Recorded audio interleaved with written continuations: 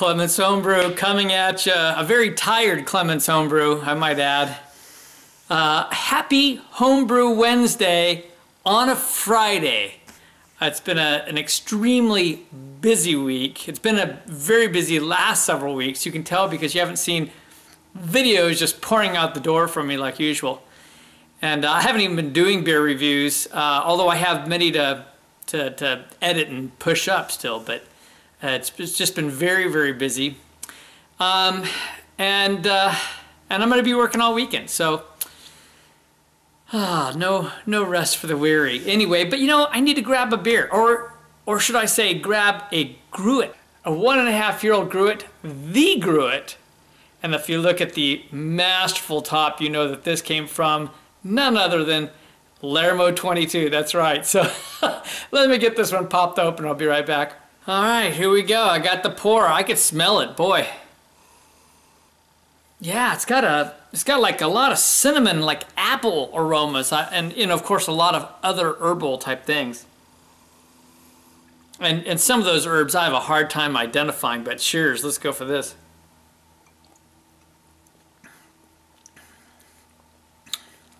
Oh, that's good. It's quite interesting. It's taken on like a light sour component as well as all the herbal flavors.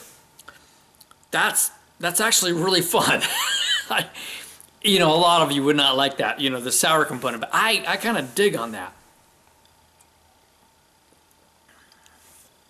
Yeah, I get some almost like lemon and lime components, as well as some apple components and a little bit of sour. It did feel like there was a hint of cinnamon though, at first on the aroma, but I'm not so sure in the taste.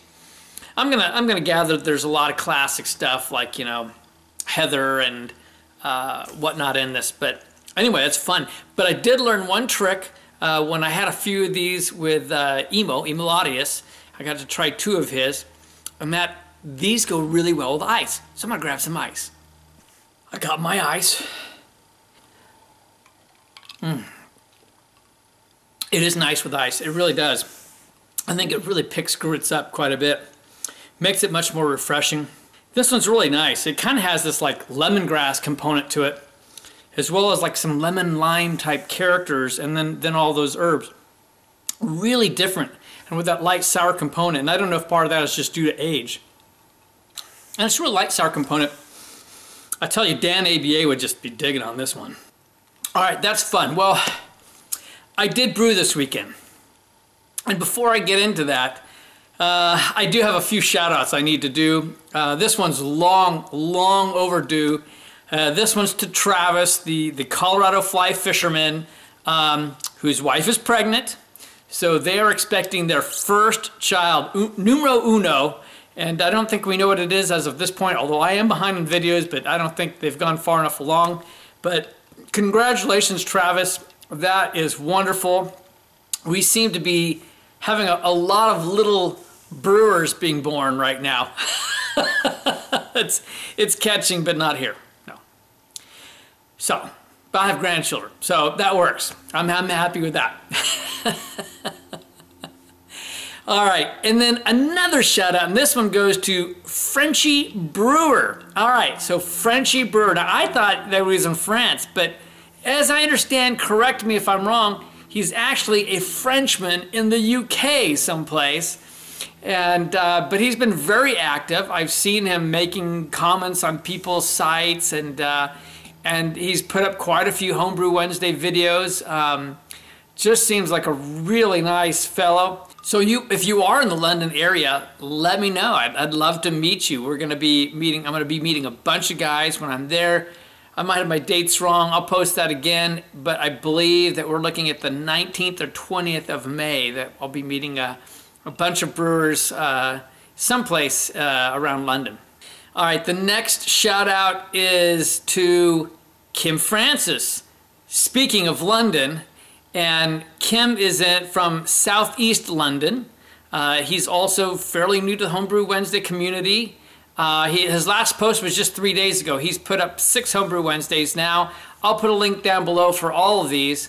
And check him out, particularly if you're part of the homebrew crowd from the UK. Check him out and give him some support. Tell him where he can get some things and give him a little help. He's a new brewer. So anyway, very cool. A few shout outs there. Okay, so I brewed this weekend in the snow, so to speak. There was still snow on the ground outside. It was kind of a riot. So I decided it was appropriate to make a new recipe, the Rye-It IPA. That's right, the Rye-It IPA, kind of like a riot. And anyway, say it however you want, like riot, add rye. But it all works for me. And well, let's just cut to some video. Well, this will be a first for me. I'm preparing to do a brew day in the cold. That's right, with snow outside. We don't get snow like this a whole lot. I think this is about the third snowiest period I've ever seen in 25 or more years in the Portland, Oregon metro area. So this will be fun. I'm going to be making my Rye-It IPA. This has got 10 pounds of pale malt, 2-row, 2 pounds of rye malt, 1 1/4 pounds of Pilsner, 12 ounces of Munich, 8 ounces of Carapils, 8 ounces of honey. I am going to add some gypsum into the boil at the 60 minutes to see if I can just kick up that bitterness, you know, a little bit on the hops.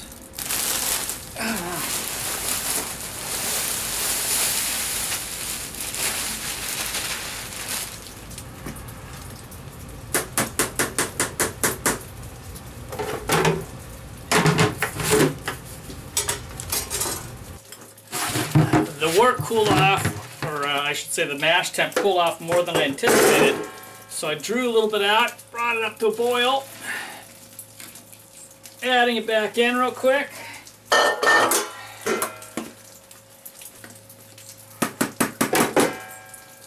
Close her up, and it was about 147. So I want to bring that back up.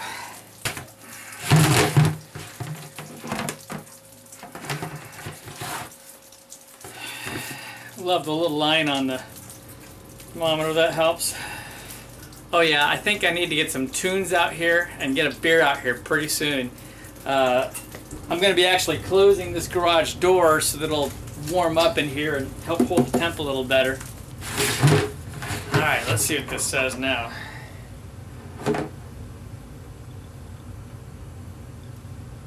Bingo! 152 on the nose! Gotta love it! Success.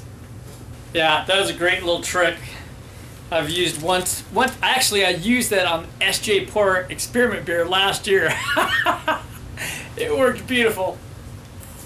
All right, we're starting the Vorlaufen here, and get to play the game of wait till it gets clear.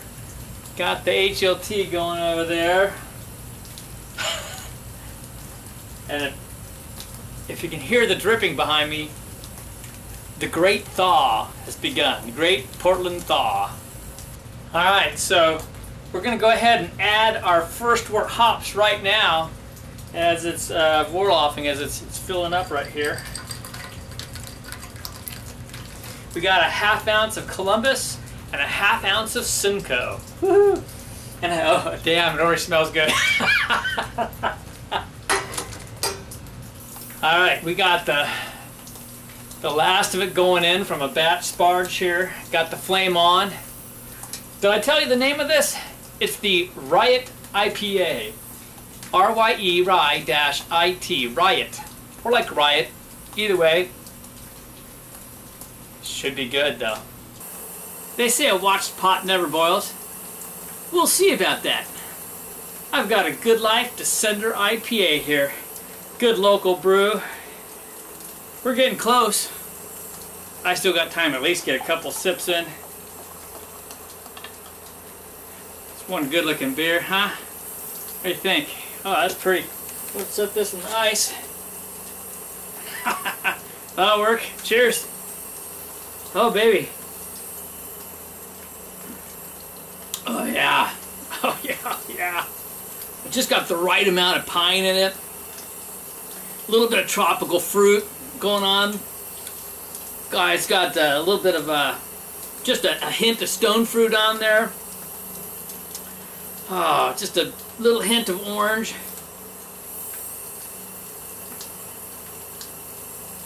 That's a bit all right. This has got to be getting close.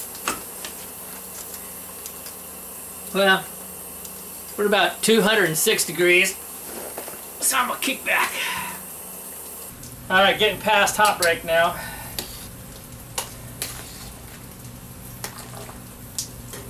I'd say it's time for the first additions here. So we got a 1/4 ounce of Columbus and a 1/2 teaspoon of gypsum. Gypsum's in there to just kick the bitterness up a notch there. You know, sometimes we drink to forget, but let me tell you, we never forget to drink. Cheers. All right, we're at the 30-minute mark. Got a 1/4 ounce of Amarillo, baby. Oh yeah, there we go. I love Amarillo. I love Amarillo. By the way, the radio station I've been listening to is 105.9 The Brew. You gotta love it. I always thought that brewing with the snow and everything would be horrible. It is fantastic. I mean, I got the light fleece. I'm plenty warm. I'm moving around. It's so much better than sweating in the summer. This is a bit all right. I'm going to be brewing more in the winter now. All right, it's time for a 1/2 teaspoon of yeast nutrient. That looks good. But I tell you what, I got to go get a hat because this melting snow, yeah, I'm getting tired of getting my head wet. All right, we got 15 minutes left of the boil, and in goes a 1/4 ounce of Simcoe, baby. Oh yeah! Oh my!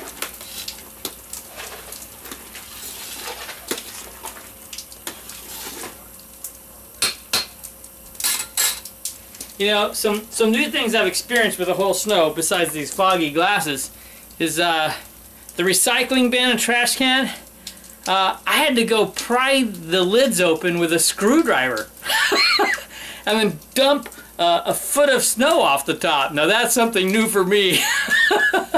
Boy, I can empathize with you guys in those snowy areas for sure. Okay, 10 minutes left. We got a 1/4 ounce of Columbus and a teaspoon of Irish moss.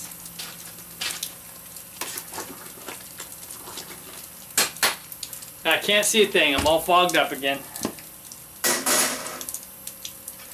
Okay, we got 5 minutes to go. Here goes a 1/2 ounce of Cascade leaf hops. Oh yeah. Now, one of the reasons I always make sure I do some leaf hops is I've got a bazooka screen in there.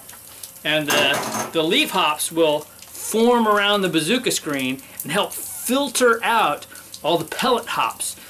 It does a great job of cleaning out some of those pellet hops as we're draining it all off. All right, 1 minute before flame out, and we're going in with a whole ounce of Cascade. That looks so beautiful. I love that. Oh my God, that just smells amazing. And flame out.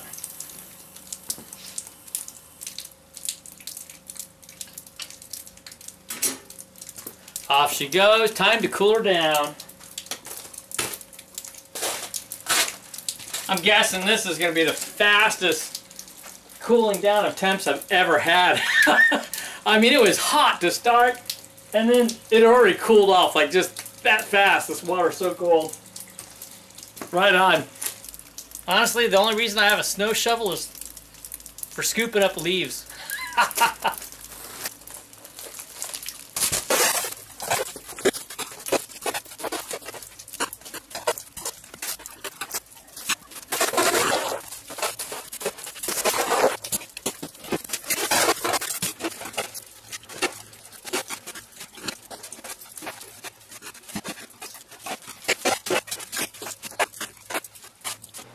Alright, so here we go.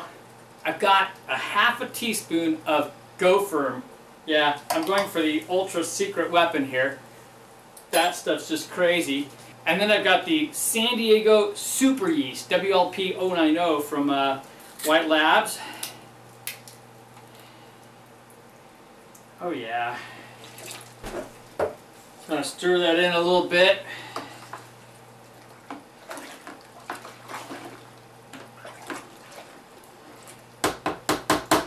That Go-Firm is some crazy stuff, man. It'll get this rocking so fast. And the California Super Yeast will attenuate down very low. So hopefully it'll dry it out a little bit. And I got a heater in this room, so it'll keep it at good temperature. And away we go. Kind of funny, in the process of doing that brew, I learned a few things again. Always learning. I add that to my bag of tricks. Boy, adding that Go-Firm, because I wanted it to attenuate way down, and I haven't measured it yet. But I'll be darned, man. I mean, I put it in a room that's temperature runs between 62 and 63, knowing that the heat on it was going to pull it up. You want it around 65 to 68. Couldn't really put it in the garage, you know, where my chamber is, because I don't have a heating unit in that, and it would be running too low. I'll be darned if that thing just didn't heat itself up to around the 75 range, plus at times. So that Go-Firm, along with the San Diego Super Yeast, just cranked it out. I mean, it was done within 3 days. Nothing going on, maybe 3.5. It was just done. You know, I usually let things go for a week, and you just expect in the 4 to 6 day range, you know, things are done usually. But hopefully I'll squeeze in time sometime this weekend. I usually like to move things over to a secondary, and then I have a lot of dry hopping to do, as you probably saw. So I'll try to get that done on Saturday, actually, because I have a lot of work on Sunday again, unfortunately. Other than that, I've been working on the SJ Pour Challenge. I'm working on what I'm gonna do. I have some pretty good ideas at this point. A beer to stand the test of time. I don't quite have zippy Vikings voice. and I'm using tools like this. This is a gift I got from my son Thomas at Christmas. You've not seen Thomas on video. He is camera shy. But this is an infusion cup. So how does this work? Well, basically, you have all these parts. You can pour beer into here and add other ingredients that you want to try. Then you have this little layer that screws on that has a metal mesh. And then you put the top on. And you let it sit in here. Maybe get a little swirl every so often. Depending on what you're doing, you might let it sit for more time or less time. But basically then you go and then you just pour it out, and you've got the screen there to keep those ingredients out of your cup and pour them into a cup. But one suggestion that you can do is that keep some of the beer you're using to the side, and then you can slowly add that in for two reasons. One, to add carbonation back in, because it'll lost carbonation after it's sat in here for a while. And two, you can slowly add in beer and kind of maybe work a little bit on like volume, you know, like of ingredients to how much beer. But anyway, it's a nice little toy, and so something I'm using, and I've already done a little bit of experimenting on what I will not tell you till later. Yes, I don't want to reveal my secrets for the SJ Pour Challenge just yet. But I've got some pretty good ideas of where I'm going, and in the end I don't care, because I really like what I've tasted. So if I make myself happy, that's great. The only problem is I'll be sending so much beer away. That's always the most disheartening part about the contest. It's fun to have people try your stuff, but there's so little, if anything, left for you. So we'll see how many beers I have to ship off this year. Anyway, we're gonna cut it off right here. I'm gonna be finishing out this little bit of Gruit and going back to work. But you all have a happy Homebrew Wednesday. Hopefully I will be able to get some beer reviews up and do a Homebrew Wednesday next week too. We'll see. All right. Cheers, everyone.